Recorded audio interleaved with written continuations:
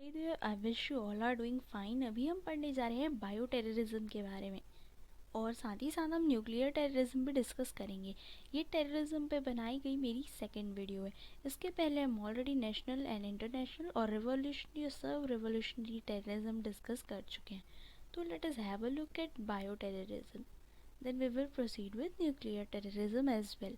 तो bio terrorism क्या होता है? बायो मतलब कि लिविंग, और लिविंग थिंग में देखो कुछ भी हो सकता है, प्लांट भी हो सकता है, कोई एनिमल भी हो सकता है। ठीक है, तो use of this living creature for purpose of creating terror.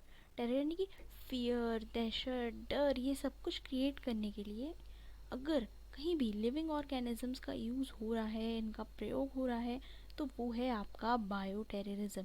Intention क्या होता है बेसिकली इस टेररिज्म का, बायो टेररिज्म का, कि पैनिक क्रिएट करना, डर का माहौल क्रिएट कर देना लोगों में, उनको मारना।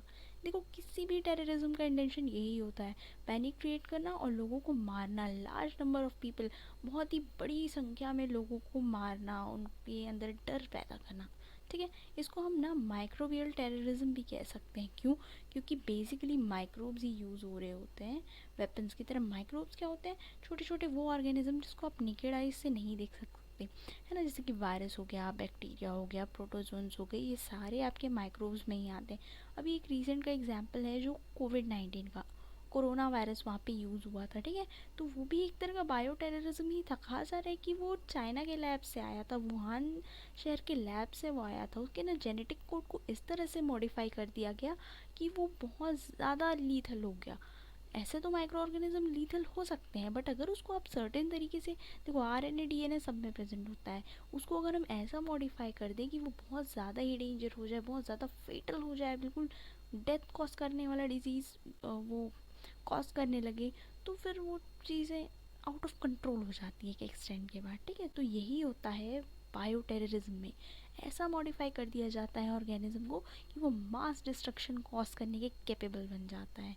नाउ एक फेमस सा एग्जाम्पल ले लेते हैं। अमेरिका ने अटैक किया तालिबान पे, कहाँ? अफ़गानिस्तान में।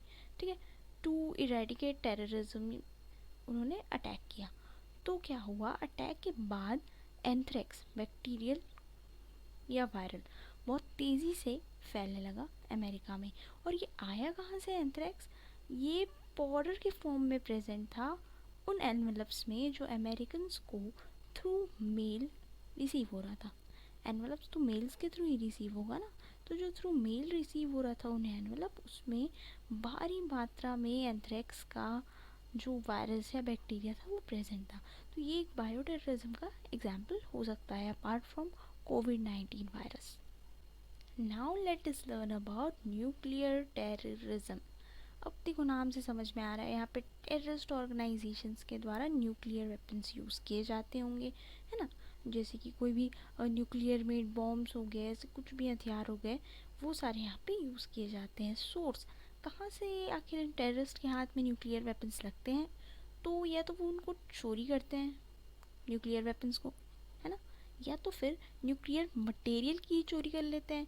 कुछ भी यूरेनियम, थोरियम और प्लूटोनियम, ये सारी चीज़ें होती हैं, वो बेसिकली रेडियो एक्टिव सब्सटेंसेस होते हैं, है ना, तो इनकी या तो वो चोरी कर लेंगे। अब मटेरियल उनको मिल गया तो वो इजीली वेपन बना सकते हैं, है ना, तो यही चीज़ है। फिर इसके बाद न्यूक्लियर वेपन्स कभी कभी ऐसा भी होता है ना कि उन टेररिस्ट को, उन टेररिस्ट ऑर्गेनाइजेशंस को कुछ देशों के द्वारा प्रोवाइड किया जाता है। वैसे देश जो कि इंस्टिगेट करते हैं, यानी कि बढ़ावा दे रहे होते हैं, प्रोवोक कर रहे होते हैं टेररिस्ट एक्टिविटीज़ को, खुद भी तो ऐसे देश टेररिस्ट एक्टिविटीज़ में इन्वॉल्व होते हैं, साथ ही साथ दूसरे और कंट्रीज़ को भी इस तरह से वो शांति से नहीं रहने देते, कहीं ना कहीं टेररिस्ट एक्टिविटी वहाँ भी कराते रहते हैं, उनका मोटो ही ऐसा होता है। तो वैसे देश भी न्यूक्लियर वेपन्स प्रोवाइड कर सकते हैं, तो ये भी एक सोर्स हो गया।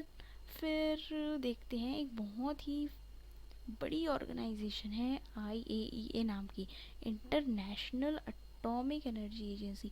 उसकी एक रिपोर्ट आई, उस रिपोर्ट के अकॉर्डिंग ना टोटल 18 इंसिडेंसेस ऐसे मिले जहाँ पे यूरेनियम और प्लूटोनियम, ये दोनों क्या है, रेडियो एक्टिव एलिमेंट्स हैं। ठीक है, रेडियो एक्टिव सब्सटेंसेस हैं, इनके थेफ्ट की उनको उन्होंने एक रिपोर्ट पब्लिश की। ये दोनों मटेरियल्स थे एक्स्ट्रा इंसिडेंसेस हुए जहाँ पे ये चोरी किए गए थे, गायब थे अपनी ओरिजिनल जगहों से, जहाँ पे भी ये फैक्ट्रीज़ में, केमिकल इंडस्ट्री जहाँ पे भी रहते हैं वहाँ से। ठीक है, तो देखिए ऑब्वियसली अब कोई इन मटेरियल्स को कलेक्शन करने के लिए या फिर सजाने के लिए तो लेकर जाएगा नहीं। ऑब्वियसली इसका यूज़ कहीं ना कहीं टेररिस्ट एक्टिविटी में या किसी गलत एक्टिविटी के लिए हुआ होगा। एंड टोटल ऐसे 18 इंसिडेंसेस मिले, which is obviously a matter of concern. Fine, तो ये था nuclear terrorism and bio terrorism भी हो गया।